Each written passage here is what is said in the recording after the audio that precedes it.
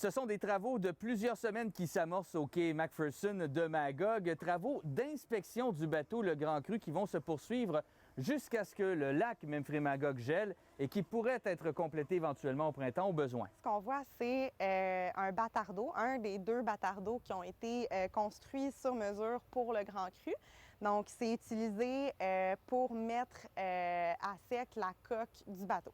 Alors, ce qu'on voit en bas ici, c'est un espace à l'air vide où les gens peuvent descendre pour aller soit faire de la maintenance, de l'entretien, l'inspection qui est obligatoire de Transport Canada, et puis tout autre travaux qui peut être requis. On va refaire la peinture, par exemple. C'est pas dans le fond de l'eau. Non, c'est ça touche pas. Donc, ce qui est assez particulier, là, c'est qu'on a l'impression, quand on regarde ici, que c'est vraiment que ça touche dans le fond de l'eau, que c'est une grosse structure, mais en fait, c'est en flottaison en ce moment, ce qui était côté environnemental, une préoccupation de notre part. On voulait vraiment s'assurer que ce qu'on utilisait comme infrastructure pour faire notre cale sèche respectait l'environnement puis je sais pas dans le fond du lac. Donc, aux 5 à 10 ans, on doit faire une inspection du genre une cale sèche.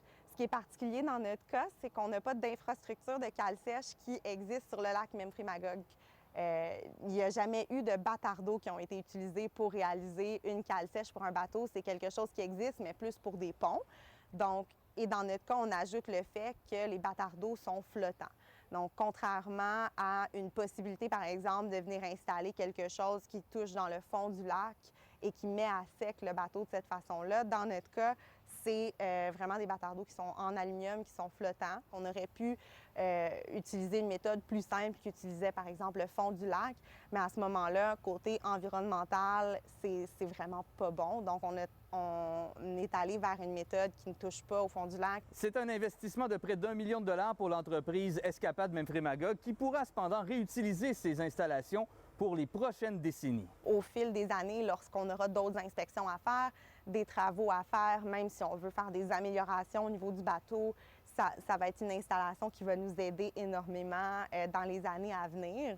Oui, c'est un investissement important, mais c'est ce qui nous permet de poursuivre les opérations du Grand Cru dans les années à venir également.